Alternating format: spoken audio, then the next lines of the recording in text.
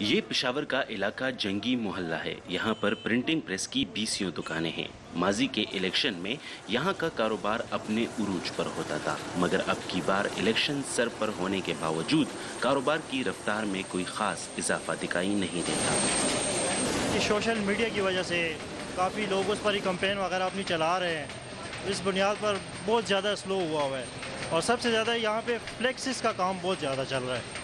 جو فلیکسز یہاں پہ لوگ پرنٹ کرا رہے ہیں بنسبت یہ پوسٹرز اور ان کے لحاظ سے بہت زیادہ ریزنیبل بھی انسان کو پڑتا ہے، وہ اس پر کام کر رہے ہیں۔ تقریباً تمام امیدواروں اور سیاسی جماعتوں نے اپنے الیکشن آفیسز میں سوشل میڈیا کیمپس لگا رکھے ہیں، جہاں سے وہ اپنے حلقے کی تازہ صورتحال اور اپنی پچھلی کارکردگی کو عوام کے سامنے پیش کر رہے ہیں۔ یہ پاکستان میں الیکشن کمپیننگ کے بدلتے ہوئے انداز کی ایک علامت بھی ہے۔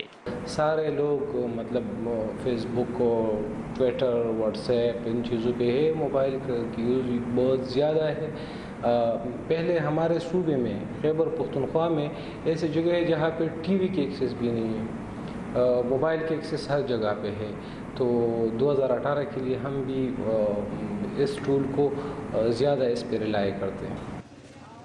کینڈیڈیٹس جو ہے نا وہ لوگوں کے گھروں گھروں جاتے، محلوں میں اس طرح کے وہ پوسٹر لگواتے، اس طرح ہو تو اس کی بھی اثر ہو، تھوڑا بہت اثر تو اس کا بھی ہوگا، لیکن میرے خیال سے اگر دیکھا جائے تو زیادہ تر سوشل میڈیا کا ہوگا، کیونکہ زیادہ تر اب لوگ سوشل میڈیا کے تھرو انہی چیزوں کو سلیکٹ کرتے ہیں، اور اس طرح پھر کمپین بھی اس طرح چل رہا ہوتا ہے، پیجز، مختلف قسم کے پیجز اور گروپس یہ وغیرہ بنائے ہوئے۔ پرنٹنگ پریس کے کاروبار سے وابستہ افراد کا کہنا ہے کہ سوشل میڈیا پر انتخابی مہم چلانے اور فلیکس ٹیکنالوجی پر انحصار کی وجہ سے پوسٹرز اور سٹیکرز کی چھپائی کا کاروبار 20% تک رہ گیا ہے، جس میں رہی سہی کسر لوڈ شیڈنگ نے پوری کر دی ہے۔ عمر فاروق، اردو VOA، پشاور۔